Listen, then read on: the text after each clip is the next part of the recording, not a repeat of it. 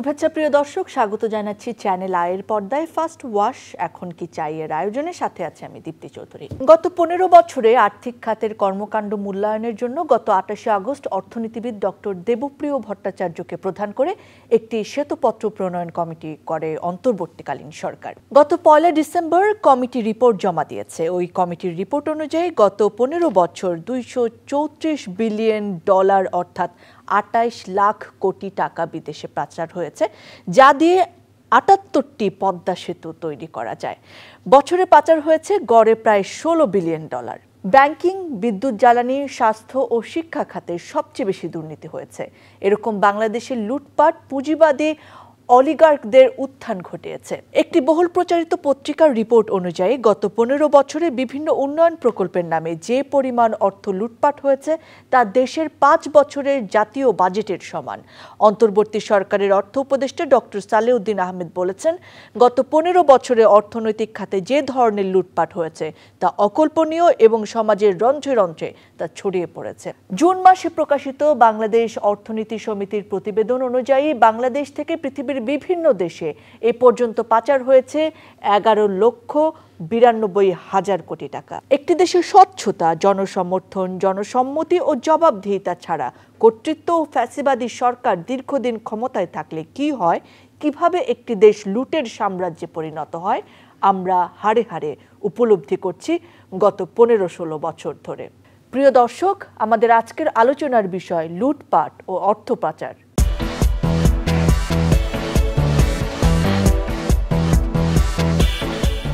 এই বিষয়ে কথা বলার জন্য আজকে আমাদের সঙ্গে দুজন অতিথি উপস্থিত রয়েছেন। সাথে রয়েছেন doctor Mohammad Abdur Razzak, chairman rapid Bangladesh. আমাদের সঙ্গে রয়েছেন জনাব Gias Ahmed, chairman American Bangladesh chamber of commerce. আপনাদের দুজনকে স্বাগত জানাচ্ছি, অনেক ধন্যবাদ সময় দেওয়ার জন্য। ডক্টর মোহাম্মদ আব্দুর রাজ্জাক, আপনাকে দিয়ে শুরু করতে চাই। বাংলাদেশ ব্যাংকের governor doctor Ahsan H Mansur দায়িত্ব গ্রহণের পর গত ৪ সেপ্টেম্বর একটি সংবাদ সম্মেলনে বলেছিলেন যে পরিমাণ টাকা লুট হয়েছে তার শূন্যস্থান পূরণ করতে কমপক্ষে ২ লক্ষ কোটি টাকা দরকার। এবং তিনি আরও বলেছিলেন যে ব্যাংক খাত থেকে হাজার হাজার কোটি টাকা পাচার হয়েছে, এজন্য ব্যাংকগুলোতে তারল্য সংকট দেখা দিয়েছে। এই পরিস্থিতিতে ব্যাংকগুলোর মুদ্রাবাজার থেকে তারল্য সহায়তা দেওয়ার প্রয়োজনীয়তা উল্লেখ করে তিনি বলেছিলেন যে নতুন টাকা ছাপিয়ে ব্যাংকগুলোকে আর তারল্য সহায়তা দেওয়া হবে না, কারণ নতুন টাকা ছাপিয়ে ব্যাংককে তারল্য সহায়তা দিলে দেশের মুদ্রাবাজার, বিদেশি মুদ্রাবাজার এবং মুদ্রাস্ফীতি সহ সবকিছুই নিয়ন্ত্রণের বাইরে চলে যাবে। অথচ যে আমরা সম্প্রতি দেখেছি যে গভর্নর নিজেই জানিয়েছেন যে ২২,০০০ কোটি টাকা ছাপিয়ে দুর্বল ব্যাংকগুলোকে তারল্য সহায়তা দেওয়ার ব্যবস্থা নেওয়া হয়েছে। টাকা ছাপিয়ে ব্যাংকে না দেওয়ার ক্ষেত্রে এই যে সিদ্ধান্ত থেকে সরে আসা হলো, সেটা আসলে কেন, এবং দেশি বিদেশি মুদ্রাবাজার ও মুদ্রাস্ফীতির যে ঝুঁকির কথা তিনি বলেছিলেন তা কি আসলে কমে গেছে? এই যে আমরা আলোচনা করছি মূল্যস্ফীতি নিয়ে, আপনি জানেন মূল্যস্ফীতির যে কষাঘাত এটা কিন্তু এখন সবার উপরে পড়েছে এবং বিশেষ করে নিম্ন আয়ের লোকজন সবচেয়ে বেশি ক্ষতিগ্রস্ত হচ্ছেন। গভর্নর মহোদয় যখন দায়িত্ব নিয়েছিলেন উনি সঠিকভাবে উপলব্ধি করতে পেরেছিলেন যে মূল্যস্ফীতিটা হয়েছে, হ্যাঁ একটি অংশ ছিল যে বৈশ্বিক বাজারে আমরা দেখেছি সেখানে দাম বেড়েছিল জিনিসপত্রের, কোভিডের পরে অনেক সমস্যা ছিল, সেটা ট্রিগার করেছিল। কিন্তু আমাদের আভ্যন্তরীণ ব্যাংক ব্যবস্থাপনায় এবং সরকারির বাজেট ব্যবস্থাপনায় একটা বড় রকমের অনিয়ম কিন্তু এই মূল্যস্ফীতিকে উস্কে দিয়েছিল। বিশেষ করে সরকার ব্যাংক ব্যবস্থা থেকে বিরাটভাবে তারা লোন নেওয়া শুরু করেছিলেন। এবং আপনাকে বলতে পারি যে দেখুন ১৯৭১ সালের পর থেকে ২০২১ সাল পর্যন্ত এই ৫০ বছরে বাংলাদেশ সরকার কেন্দ্রীয় ব্যাংক থেকে যত লোন না নিয়েছিল, আওয়ামী লীগ সরকার এক বছরে এই ৫০ বছরের সম্মিলিত লোনের থেকে বেশি নিয়েছিল। এবং যার ফলে যেটা হয়েছে আমরা দেখেছি মূল্যস্ফীতি কিন্তু কত দ্রুত গতিতে বেড়েছে। কাজেই গভর্নর মহোদয় সেই প্রেক্ষিতে বলেছিলেন যে তুমি টাকা ছাপিয়ে এই ব্যাংকগুলোকে তারল্য সহায়তা দিবেন না, সরকারকে লোন দেওয়ার তো প্রশ্ন আসে না। প্রবলেমটা হচ্ছে এখন দেখুন, আপনি যে বলেছেন একটু আগে যে ২ লাখ কোটি টাকার অতিরিক্ত লাগবে ব্যাংকিং সেক্টরের ক্রাইসিস মোকাবেলা করতে। এখন অনেকগুলো ব্যাংক যেগুলো দুর্বল আছে তাদের তো পয়সা শোধ দিতে হবে তাদের গ্রাহকদের দীর্ঘদিনের কষ্টার্জিত উপার্জন তারা ব্যাংকের মধ্যে আমানত করে রাখেন এবং আশা থাকে যে এই আমানত যেন তারা একসময় ফেরত পাবেন এবং সেখান দিয়ে তারা তাদের ইচ্ছামতো কাজ করবেন। এখন যদি আমি আমানত ফেরত দিতে না পারি তাহলে কি হবে? বাংলাদেশ ব্যাংক প্রথমে চেষ্টা করেছিলেন তারা যে ব্যাংকিং সেক্টরের মধ্যে যে তারল্য আছে সেটা আন্তর ব্যাংক যে লোন আদান প্রদান করা হয় সেটার মাধ্যমে চেষ্টা করা হবে মিট আপ করার। প্রবলেমটা হচ্ছে যে বাংলাদেশ ব্যাংকের গ্যারান্টি থাকা সত্ত্বেও আন্তর্বাজারে যে লোন থাকে ব্যাংকের মধ্যে, সেখানে দেখা গেলো যে দুর্বল ব্যাংকগুলো যথেষ্ট মাত্রায় তারল্য সহায়তা পাচ্ছেন না। কাজেই তখন তাকে এই সিদ্ধান্তটা নিতে হয়েছে। আমরা যেটাকে বলি যে অনেক সময় আপনাকে অনেক কিছুতে কম্প্রোমাইজ করতে হয়। গভর্নর মহোদয় সেখানে একটি যে কম্প্রোমাইজ করেছেন সেই ব্যাপারে কোনো সন্দেহ নাই, কিন্তু সেটা মূল্যস্ফীতির উপরে কতখানি প্রভাব ফেলবে, আপনার প্রশ্ন ছিল এটা, ডিপেন্ড করে যে অন্য কোনো উপায়ে আমরা অতিরিক্ত তারল্য বাজার থেকে সরিয়ে আনতে পারি কিনা। সেই প্রসেসটা শুরু হয়েছে। আপনি জানেন সুদের হার বেড়েছে, আমরা দেখছি যে কিছু তারল্য ব্যাংকিং সেক্টর ফিরে আসছে, কিন্তু ওভারঅল আমরা যদি এই প্রবণতা অব্যাহত রাখি যে আমি টাকা প্রিন্ট করে ব্যাংকগুলোকে তারল্য সাপোর্ট করব, তাহলে এইটা সেন্ট্রাল ব্যাংকের যে মূল্যস্ফীতি নিয়ন্ত্রণ করার যে উদ্যোগ আছে সেটার সঙ্গে সাংঘর্ষিক হবে। ওকে, অনেক ধন্যবাদ। জনাব গিয়াস আহমেদ, আপনার কাছে জানতে চাই যে শ্বেতপত্র প্রণয়ন কমিটি রিপোর্ট অনুযায়ী সবচেয়ে বেশি দুর্নীতি হয়েছে ব্যাংকিং, বিদ্যুৎ জ্বালানি, স্বাস্থ্য ও শিক্ষা খাতে, কিন্তু টিআইবির একটি রিপোর্ট সম্প্রতি যেটি প্রকাশিত হয়েছে সেটি অনুযায়ী বেশি দুর্নীতি হয়েছে পাসপোর্ট, পুলিশ ও বিচার সেক্টরে। আসলে কোনটা ঠিক নাকি দুটোই ঠিক? দুর্নীতি মনে করেন ব্যাংকিং ক্ষেত্রের মধ্যে বেশি হয়েছে, এবং এই পাচারটা হয়েছে কিন্তু ব্যাংকিংয়ের মাধ্যমে। মানে ব্যাংকের থেকে মানে ইজিলি আপনি বিদেশে পাচার করতে পারেন যদি ব্যাংক আপনার কন্ট্রোলে থাকে। ব্যাংক যদি আপনার কন্ট্রোলে থাকে, আপনার মানে আপনার ম্যানেজার, পরিচালক, মালিক, তাহলে আপনি ইজিলি বিদেশে আপনি পাচার করতে পারেন।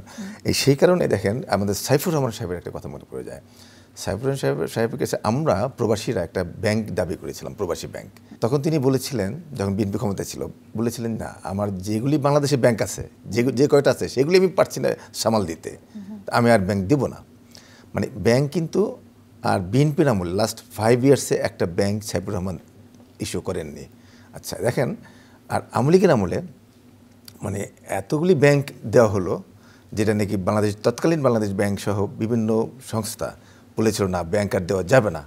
সমস্ত রিপোর্টকে মানে উপেক্ষা করে শেখ হাসিনা সরকার ব্যাংকে অনুমোদন দিলেন, এতগুলি ব্যাংক দিলেন, এবং প্রত্যেকটা ব্যাংক কিন্তু আজকে আপনার করাপ্ট এবং ঋণ খেলাপি টাইপের। তো এখন এই যে ব্যাংকের মাধ্যমে টাকাগুলি নিয়ে তারা এটা এইভাবে পাচার করেছে, ভুয়া কোম্পানি দিয়ে, ভুয়া মানে সংগঠন দিয়ে টাকাগুলি বিদেশে পাচার করেছে। তো এই ব্যাংকিং ক্ষেত্রে, এবং যেটা আপনি বলেছেন যে এই বিদ্যুৎ থেকে শুরু করে, যেখানে আপনার বিদ্যুৎ যে কি আণবিক যে রাশিয়ার সাথে যায়, এটা হলো যেটা টিউলিপ $4 বিলিয়ন সেখানে কমিশন খেয়েছে।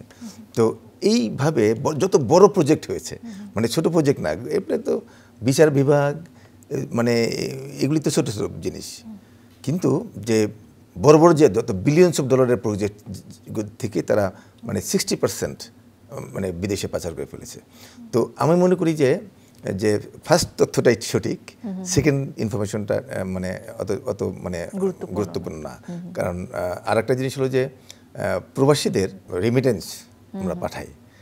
এখন এই সরকার যদি মনে করেন এই মুদ্রাস্ফীতি উত্তরণের জন্য প্রবাসীদেরকে যদি আহ্বান করে যে তোমরা আমাদেরকে একটা প্ল্যানিং করে যে তোমরা এখানে ইনভেস্ট করো, প্রবাসী পল্লী বা প্রবাসীদের একটা ফ্যাসিলিটি একটা, তাহলে কিন্তু বৈদেশিক মুদ্রা কিন্তু আরো বেশি আসবে। মানে বাইরে থেকে টাকা আনা ছাড়া তো আসলে সমস্যাটা মোকাবেলা করা ডলারটা কিন্তু দেখেন, আমরা দেখেন তখন জুলাই বিপ্লব শুরু হলো, তখন কিন্তু আমরা বলেছিলাম যে এই ফ্যাসিস্ট সরকার, এই স্বাধীনতা বিরোধী সরকার, এই যে গণতন্ত্র হত্যাকারী সরকারকে পতন না হওয়া পর্যন্ত আমরা কিন্তু টাকা পাঠাবো না। এই জন্য একটা কিন্তু আমরা স্লোগান দিয়েছি সারা বিশ্বব্যাপী, প্রায় 2 কোটি, এবং সেটা প্রভাবও ফেলেছে।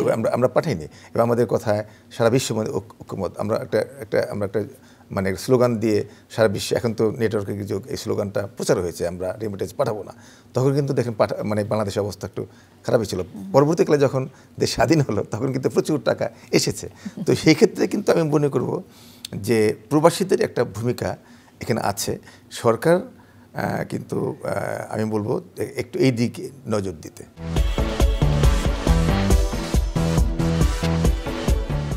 সময় বদলে যায়, কিন্তু সৌন্দর্যের সংজ্ঞা বদলায় না। রূপ বদলে যায়, কিন্তু আভিজাত্যের মানে একই থেকে যায়। ঐতিহ্য যখন আপন করে নেয় আধুনিকতাকে, তখন সৌন্দর্য ঠিকই খুঁজে নেয় স্যান্ডেলিনাকে। স্মরণের ছোঁয়ায় তোমার উপমায় বদলে দিলে যে আমার। স্যান্ডেলিনা সো, রূপচর্চায় আভিজাত্য। ডক্টর মোহাম্মদ আব্দুর রাজ্জাক, আপনার কাছে আসতে চাচ্ছি। অলিগার্ক যারা রয়েছেন, রাশিয়ান শব্দ এবং একটি শক্তিশালী অভিজাত শ্রেণীকে যেটি প্রকাশ করেছে, যারা রাষ্ট্র সম্পদ ও রাজনৈতিক ক্ষমতার উপর কর্তৃত্ব স্থাপন করে। গত 15 বছরে আসলে আমাদের রাজনীতি বলেন, অর্থনীতি বলেন, এই অলিগার্কদের দখলেই তো ছিল। এবং বাংলাদেশেও বিভিন্ন দেশে এই শ্রেণীটা তো আসলে অনেক সময় রাজনীতিবিদদেরকে অসহায় করে তোলে। এবং আমরা গত 16 বছরের শাসনেও দেখেছি যে ক্ষমতাসীন দলের প্রধানও এমনকি রাজনীতিকে জলাঞ্জলি দিয়ে ব্যবসায়ী সিন্ডিকেটদের কাছে অনেকটা ধরাশায়ী ছিলেন, তাদের খপ্পরেই ছিলেন। তারা কেন আসলে এই ফাঁদে পা দিয়েছিলেন? সেখানে তাদের কি লাভ ছিল, নাকি না বুঝেই পা দিয়েছিলেন? আমরা যখন দুর্নীতিকে নিয়ন্ত্রণ করতে চাই, দুর্নীতিকে নিয়ন্ত্রণ করার যে পন্থাগুলো আছে এগুলো কিন্তু মোটামুটি সবাই জানি এবং এটার বিশ্বব্যাপী আমরা প্রয়োগও দেখি। তারপরে বাংলাদেশের কনটেক্সটে আমরা একই কথা বারবার শুনেছি, কিন্তু এগুলোকে কাজে প্রতিফলন করানো হয় নাই।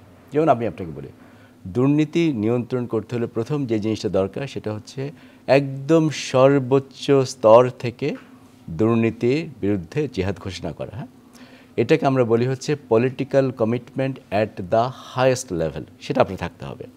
তারপরে হবে কি, সেকেন্ড হচ্ছে যে এই দুর্নীতি নিয়ন্ত্রণ করার ক্ষেত্রে আপনি কোনোভাবেই চাইবেন না যে সেটাকে যেন রাজনীতিকরণ করা হয়। হ্যাঁ, এবং সমস্যাটা হয় যখন যে সরকার যত শক্তিশালী হতে থাকে তখন তারা করে কি কর্তৃত্বপরায়ণ হয়ে পড়ে এবং তারা মনে করে না যে এই আইনের যে প্রয়োগ করা হবে তারা মনে করে সেখান থেকে তারা স্বাধীন। এটাই বাংলাদেশে কিন্তু হয়েছে। এই যে আপনি অলিগার্কদের কথা বললেন, এখানে অসুবিধাটা কী? অসুবিধা হচ্ছে এই যে অনেক সময় রাজনীতি করতে যে অনেক রকমের অর্থ প্রয়োজন, সেই অর্থগুলো হচ্ছে রাজনীতির সঙ্গে যারা ব্যবসা করেন তাদের মাধ্যমে আসে। সেখানে একটা সুবিধা থাকে। আপনি যদি ইলেকশন না করে ক্ষমতায় থাকতে চান তাহলে কিন্তু অনেক টাকা পয়সা আপনাকে জোগাড় করতে হয়। সেটার জন্যে কিন্তু যারা ব্যবসা করছেন তাদের সঙ্গে আসে। যারা ব্যবসায় করেন তারা যখন রাজনীতির প্রক্রিয়ার সঙ্গে যুক্ত হন তখন তারা ন্যাচারালি চেষ্টা করবেন যে এখান থেকে কিভাবে তারা ফায়দা নেবেন। হ্যাঁ, তখন তারা করেন কি, তারা অনেক সময় ইকোনমিক ডিসিশনের সঙ্গে ইনভলভ হন এবং সেখানে ইনফ্লুয়েন্স করার চেষ্টা করেন। আমি আপনাকে বলতে পারি, দেখুন এর আগে যেটা ছিল যে সব রকমের অর্থনৈতিক যুক্তিকে অগ্রাহ্য করে আমরা দেখলাম যে সুদের হারটাকে একদম ফিক্স করে ফেলা হলো 6 to 9%। তখন কিন্তু কোনো ইকোনমিক আর্গুমেন্ট শোনা হয় না। তখন এটা বোঝার চেষ্টা করা হয় না যে এর ভয়াবহ ফলাফল কিন্তু বাংলাদেশকে দিতে হবে, এবং সেটার মধ্যে কিন্তু আমরা পড়েছি।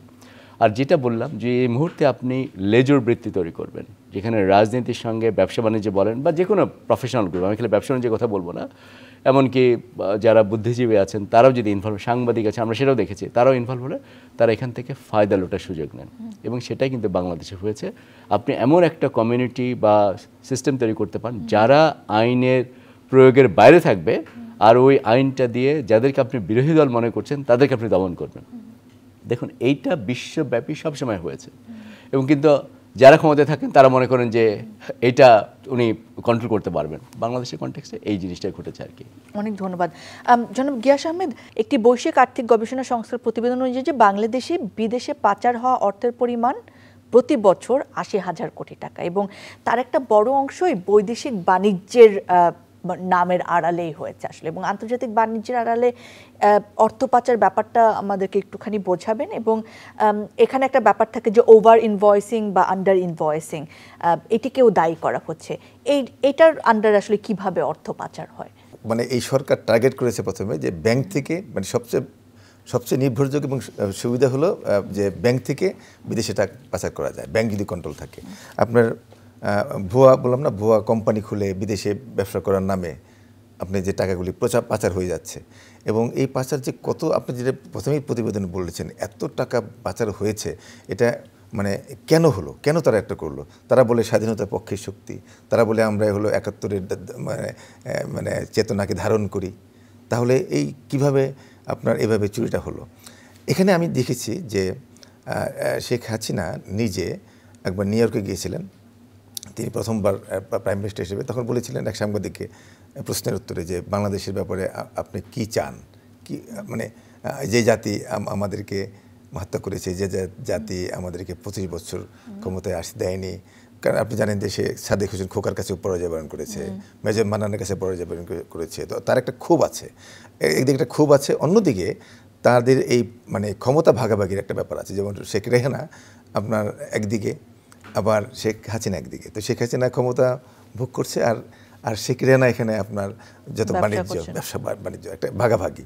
তো এই ভাগাভাগিতে শেখ হাসিনার কোনো মানে নাই, কারণ তাকে আপনার যা বলবে তাকে দিতেই হবে।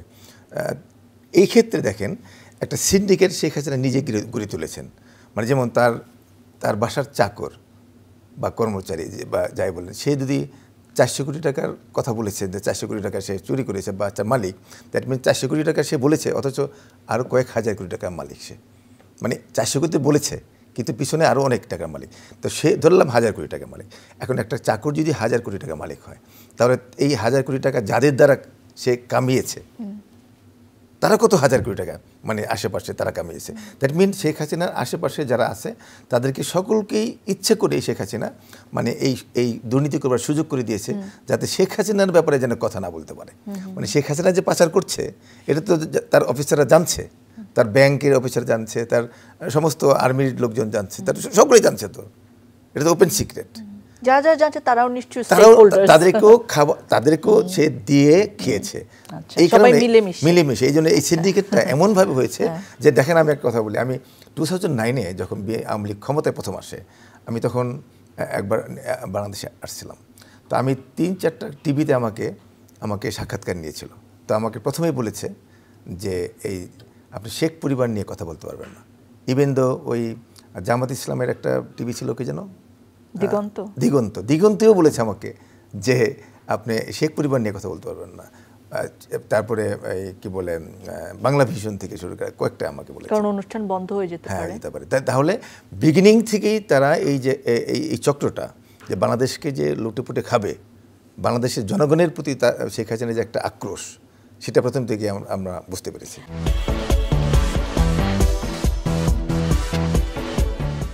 ডক্টর আব্দুর রাজ্জাক, আমাদেরকে একটু জানেন যে আসলে অর্থ পাচারের প্রচলিত রাস্তাগুলো আসলে কি? অনেকে হুন্ডি বলেন, চোরাচালান বলেন, বৈদেশিক বাণিজ্য বলেন, কোন কোন রাস্তায় আসলে টাকাগুলো চলে যায়, এত শত শত হাজার হাজার কোটি টাকা? অর্থনীতিতে আমরা যেভাবে চিন্তা করি, টাকা পাচার হওয়ার বা যেটাকে অনেক সময় ইলিসিট ট্রান্সফার বলি, মানে যেটার জন্য অনুমোদন নেওয়া হয় না, এরকম 4-5টা মেইন রুট আছে। প্রথমটি হচ্ছে বাণিজ্য করার ক্ষেত্রে ওভার ইনভয়েসিং এবং আন্ডার ইনভয়েসিং। জিনিসটা অনেক এরকম যে আমি যদি কোনো জিনিস আমদানি করি, মনে করেন $1 বিলিয়ন আমদানি, কিন্তু আমি দেখালাম $2 বিলিয়ন, তাহলে হলো কি ফর্মাল চ্যানেলে আমি $2 বিলিয়ন পে করলাম, বাইরে যারা আছে তাদের সাথে একটা যোগ সাজেশ করলো, $1 বিলিয়ন তাদেরকে দেবো, বাকিটা আমি আমার অ্যাকাউন্টে বাইরে সরিয়ে নিব। ওভার ইনভয়েসিং অফ ইম্পোর্টস এইটা। আর এটা থেকে আন্ডার ইনভয়েসিং, এক্সপোর্টের ক্ষেত্রে আপনি কম দেখাতে পারেন যেন বর্ধিত অংশটা আপনি সেখানে রাখতে পারেন, সেখান থেকে ব্যবহার করতে পারেন। এটা দ্বিতীয় যে বিষয়টি অনেক দিন ধরে প্রচলিত, ঐতিহাসিকভাবে দীর্ঘদিন যাবৎ প্রচলিত প্র্যাকটিস, সেটাকে হচ্ছে হুন্ডি নেটওয়ার্ক, যার মাধ্যমে কিন্তু টাকা বাইরে নেওয়া যায়। বিশেষ করে আপনি দেখেন যে ইনফর্মাল চ্যানেলে আমাদের যত ট্রানজ্যাকশন হয়, ইনফর্মাল চ্যানেল বলতে বোঝাচ্ছে যেগুলো ফর্মাল চ্যানেলের বাইরে, আপনি ভারত, থাইল্যান্ডে যে শিক্ষা স্বাস্থ্য সুবিধা নিচ্ছেন, এই পয়সা কোত্থেকে আসে, দেখবেন যে এটার বড় একটা অংশ কিন্তু ফাইন্যান্স করা হচ্ছে ইনফর্মাল চ্যানেলে হুন্ডি নেটওয়ার্কের মাধ্যমে। এটি হচ্ছে দ্বিতীয় রুট। তৃতীয় একটি রুট নিয়ে অনেক আলোচনা করা হয়, সেটাকে আমরা বলি ট্রান্সফার প্রাইসিং। সেটা হয়তো বাংলাদেশের কনটেক্সটটা কম, বিকজ এটার সঙ্গে মাল্টি ন্যাশনাল কর্পোরেশনসগুলো ইনভলভ থাকেন, যে যারা পৃথিবীর বিভিন্ন দেশে তাদের শাখা প্রশাখা রাখেন, এবং যেখানে ট্যাক্সটা কম সেখানে তারা বেশি ব্যবসা বাণিজ্য দেখান, যেখানে যে দেশে ট্যাক্স বেশি সেই দেশে তারা অত বেশি ব্যবসা বাণিজ্য দেখাতে চান না। এরকম একটা উপায় তারা তৈরি করেছে, এটাকে ট্রান্সফার প্রাইসিংয়ের মধ্যে বলা হয়। আরেকটি থাকে যেটা হচ্ছে আপনি টোটাল ক্যাশটাকে আপনি নিয়ে যেতে পারেন, মানে ফিজিক্যাল ক্যাশ, হয়তো যাওয়ার সময় আপনি যেটুকু অ্যালাউড তার থেকে বেশি টাকা পয়সা আপনি নিয়ে যাচ্ছেন। অনেক সময় লার্জ স্কেলে যেটা হয় যে ট্রাকে করে, বা এমনকি এটা আমরা জানি যে 20 ফিট কন্টেনার বা 40 ফিট কন্টেনারের মাধ্যমে কিন্তু ক্যাশ টাকা এক জায়গা থেকে আরেক জায়গায় নিয়ে যাওয়া হয়। এগুলো সবই হচ্ছে পদ্ধতিটাকে ব্যবহার করে। ইদানিংকালে আরেকটি রুট এসেছে যেটাকে হচ্ছে আমরা বলি ডিজিটালাইজেশন, স্পেশালি যেগুলো ক্রিপ্টোকারেন্সি আছে, যেখানে আপনি ব্যবসা বাণিজ্য করলে, ট্রানজ্যাকশন করলে এটাকে মনিটর করা যায় না বা জানা যায় না এটার পেছনে কারা আছেন, তাদের মাধ্যমে যদি আপনি অনেক বেশি ট্রানজ্যাকশন করলে সেটার মাধ্যমে কিন্তু টাকা পাচার হওয়ার সম্ভাবনা থাকে।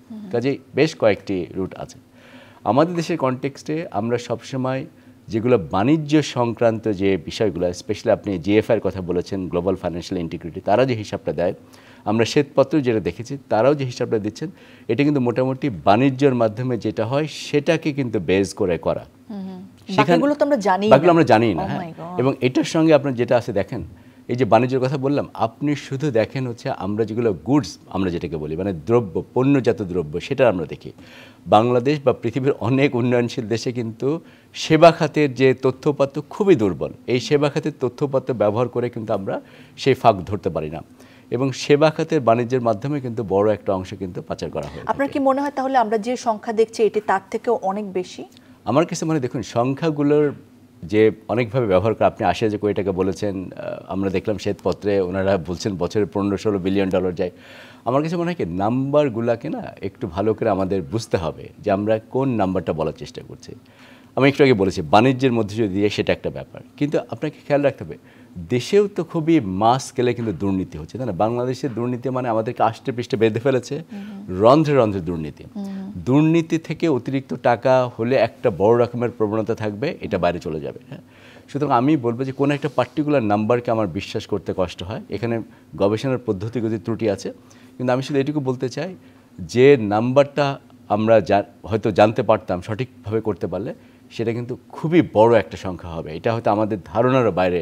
জনাব গিয়াস আহমেদ, এই যে টাকাগুলো চলে যায় সেগুলো তো নিশ্চয়ই বিদেশে কোনো ব্যাংকে রাখা হয়, এবং সুইস ব্যাংকের নাম আমরা অনেক শুনি, যে বাংলাদেশের রাজনীতিবিদ বলেন বা অসাধু ব্যবসায়ীরা বলেন, তাদের যে বিপুল পরিমাণ পাচারকৃত টাকা সেখানে সুইস ব্যাংকে রাখা হয়। এই প্রবণতা বৃদ্ধির কারণটা আসলে কি?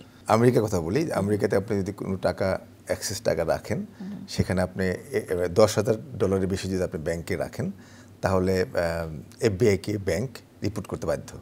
10,000 উপরে রাখলে আপনাকে এফবিআই একটা রিপোর্ট যাচ্ছে, অটোমেটিক যাচ্ছে। এবং আপনার সেখানে যদি আপনি একসাথে অনেক টাকা রাখেন, আপনাকে কোশ্চেন করবে এই টাকাটা কোত্থেকে আসলো। আমেরিকাতে কোনো মানে এই ধরনের টাকা রাখার সুযোগ নেই। আচ্ছা, পৃথিবীর অনেক দেশই নাই, তার মধ্যে সুইস ব্যাংকটা আপনার ওরা লিবারেল, ওরা বলছে যে টাকা যেখান থেকে আসুক আপনি কোশ্চেন করবে না। আপনি বিলিয়ন ডলার নিয়ে গেলেন, টাকা রাখবেন, ওরা কোশ্চেন করে না। আবার বৈধ টাকাও আছে, কিন্তু অবৈধ টাকাও আপনি কোশ্চেন করে না। যেমন দুবাইতে, আপনি দুবাইতে সরকার বলছে যে আপনি টাকা আনেন, আপনাকে কোনো কোশ্চেন করবে না। তো পৃথিবীর কিছু কিছু দেশ আছে যেখানে আপনাকে কোশ্চেন করে না।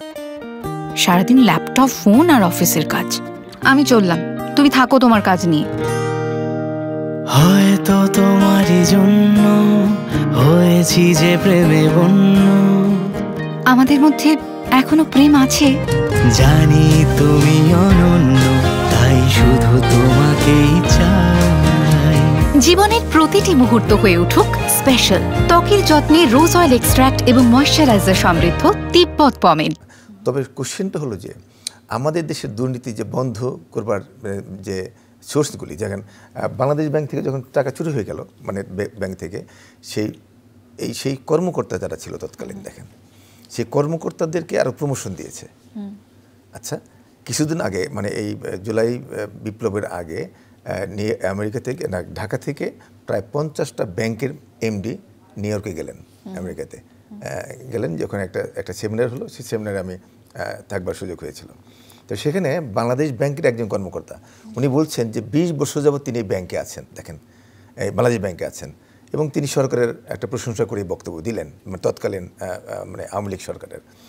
তো একটা যেই বাংলাদেশ ব্যাংকে দুর্নীতি হলো, টাকা বিদেশি টাকা মানে বাংলাদেশ ব্যাংকের ভুল থেকে টাকা চুরি হয়ে গেল, সেই কর্মকর্তা সেখানে আছে, বা যারা প্রমোশন হয়ে আবার অন্য জায়গায় গিয়েছে, প্রমোশন হয়ে গিয়েছে।